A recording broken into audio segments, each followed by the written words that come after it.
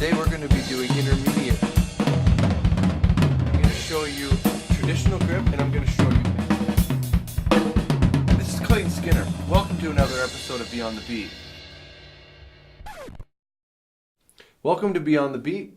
This is Clayton Skinner, and in this episode I'm going to show you how to add fills to your drum beats. So in this episode what I'm going to do is I'm going to show you how to play a basic fill along with an eighth note drum groove. Now the eighth note drum groove just specifically means that we're playing eighth notes on the hi-hat. It's going to cover all the grooves that involve eighth notes on the hi-hat. So specifically we added 16th notes to the snare, we added 16th notes to the bass drum. You'll see when you look at the PDF.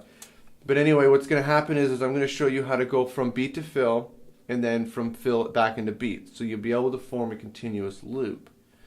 And the examples or the beats that I've given you in the PDF are similar, but they're not all the same, but they're similar to beats that we've already done in previous episodes. So if you've learned those lessons and watched those episodes, then you should be familiar with this. This is pretty basic stuff. So I mean, if you're an advanced player, this probably isn't the best video for you. So let's begin. So the first things first is we're going to learn how to play the fill. The fill is just going to be a basic 16th note pattern going 4 hits on each one of your drums, assuming you have 4 drums. So what I'm going to be doing is I'm just going to be playing 4 16th notes for a total of 16 16th notes on all 4 of your drums. That's when I should have said a total of 16 16th notes. So starting with your snare drum, the fill is going to go like this. 1 E and a, 2 E and a, 3 E and a, 4 E and a. It's just that simple. Now, if you only have 3 drums, say for instance you only have a snare drum, one singular tom, and one single floor tom, you possibly maybe want to double up on the snare drum. So starting with the snare again, you're going to be playing the 1 E and a, 2 E and a on the snare, like this.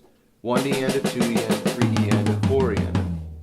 So you're going to be just playing the 3 E and a and the 4 E and a on the tom and the floor tom. Now those examples weren't any specific exercise, they were actually just all of the exercises. You can count them as, or you can look at them and they're actually just the second bar of every exercise on the PDF. So however way I played it there is the only thing you really have to do when you're applying these fills to the drum beats. Okay, so this next exercise I'm going to give you, what I'm going to be doing now is I'm going to be playing the same fill, the same 1 E and a, 2 E and a, 3 E and a, 4 E and a. But at the end of it, what I'm going to do is I'm going to hit one of my crash cymbals, and I'm going to hit the bass drum at the same time. So it's going to go like this. 1 E and a, 2 E and a, 3 E and a, 4 E and a, 1. Try repeating this pattern a few times, and then we'll move on. Alright, so now let's get to the real exercises here. Exercise 1 it's just basically a simple 8th note drum groove with the bass drum on 1 and 3 and the snare drum on 2 and 4.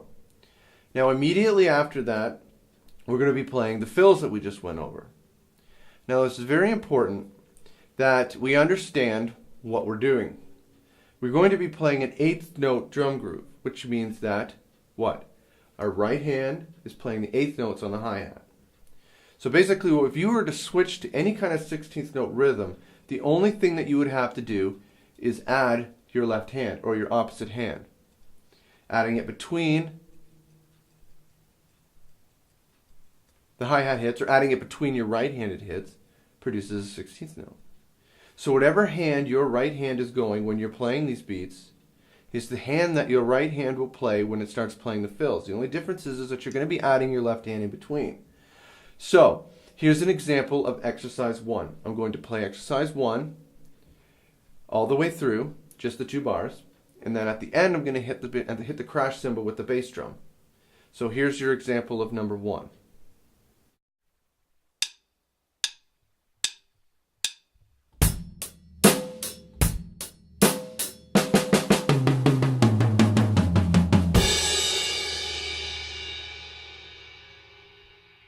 Now I'm going to show you how to repeat the whole process or how to repeat the pattern. If you remembered when I was explaining how to do the fill, or actually one of my explanations of how to do the fill, I stated that. And at the end, I'm going to hit the crash cymbal with the bass drum. Now, that crash cymbal, like I just said, represents beat 1.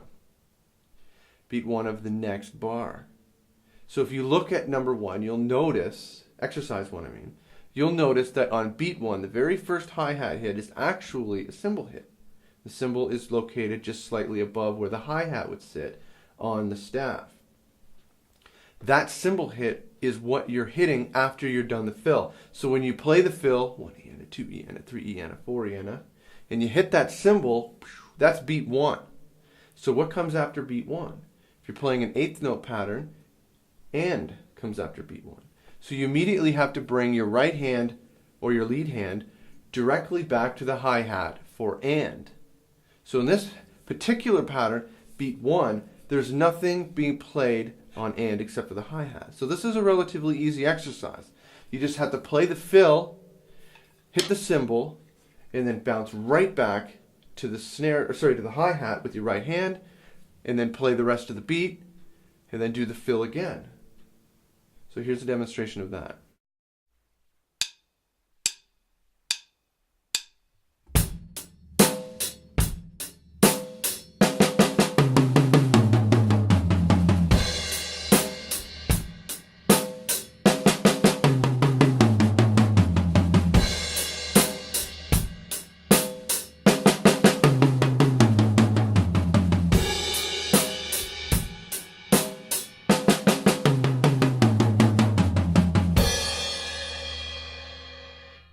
So from here on, what I'm going to do is I'm just going to explain how the beat is played. Like, you should already be able to figure that out if you've seen any of my other videos, or if you've just played any kind of drum groove to begin with.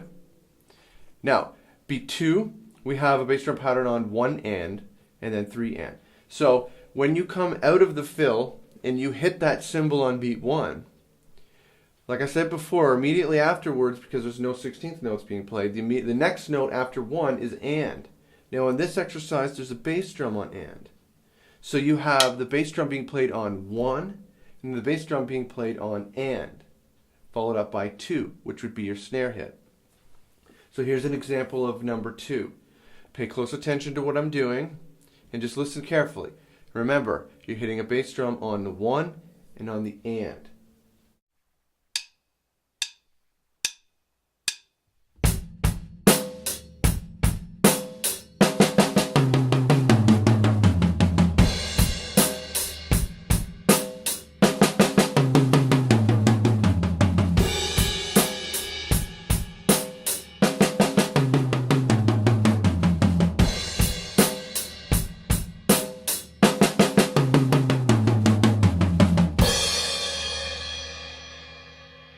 Exercise 3, we have a 16th note on the E of 1. So right after you come out of the fill and you hit your cymbal, you have to hit the E with the left hand before you come back to hit the and with the right. So remember, that left hand fits between the two hits. 1 E and. 1 E and. So this might take a little bit of timing. If you listen to my example, you'll understand. And you'll see now that all these exercises are just different scenarios that you'll come across to help you go from beat to fill.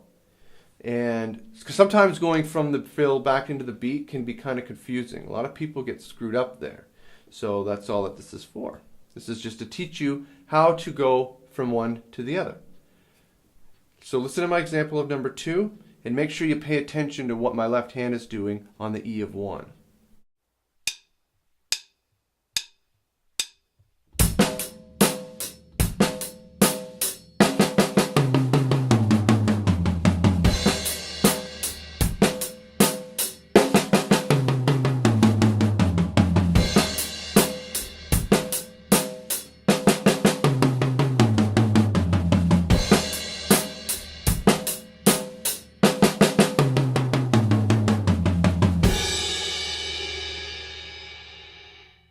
The problem with exercise 4 is not coming out of the fill. The problem with exercise 4 is now going into the fill. Sorry. The beginning of 4 just has 1 and. Simple as that. But if you look at the end of the beat, which is bar 1, the end of the beat, you'll see that there's a snare drum hit on the A of 4. Now, I've labeled it underneath the PDF. Obviously, you'll play this A with your left hand. So when you switch into the fill, it's kind of a lead-in to the next bar. You're using your left hand to kind of give you a little bit of a lead-in by playing the A, following over by bringing your right hand in to play the E and, or the 1 E and A. So it's kind of like this. After the A of 4, A, 1 E and A, 2 E and A, 3 E and A, 4 E and A. So listen to the example and pay attention to the A of 4 and try to count along to it.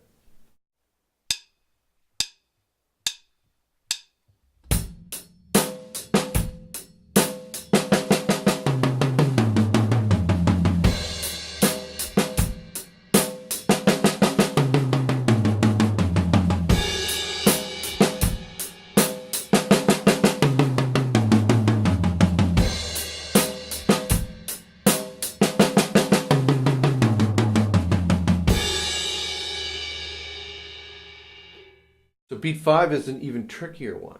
So now I'm going to start adding 16th notes on the bass drum. You'll notice that there is a 16th note on the A of 1, but more importantly, there's a 16th note on the A of 4. So it's kind of the similar situation that the last exercise had. The only thing is that the left or the right foot isn't going to be necessarily leading into the fill. Well, it's going to be, but it's not going to be flowing into the fill. The right foot is just simply going to be playing on the A, and then you'll bring your right hand over to play the 1 E and A of the next bar. Now you just got to pay attention, because when you come out of the fill, pay attention to that bass drum on the E of 1. So it goes like this: 1 and A, 2. So listen to the example, try to count along, and good luck with this one.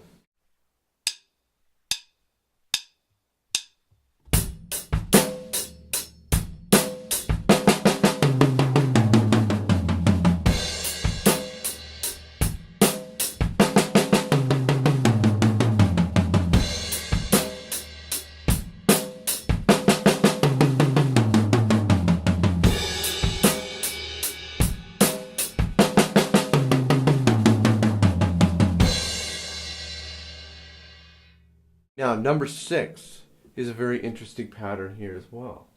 We're going to have a grouping of 16th notes, or just the 16th note pairs, playing on the 1 E. So coming out of the fill, you're going to have to play the 1 on the cymbal, whatever cymbal you want, followed by an immediate E with the right foot again. So it's kind of like bump bump. Followed by the and with the right hand, and then 2, and then you just continue on with the beat.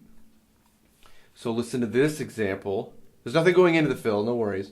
Just listen to this example. Pay attention to how I come out of the fill.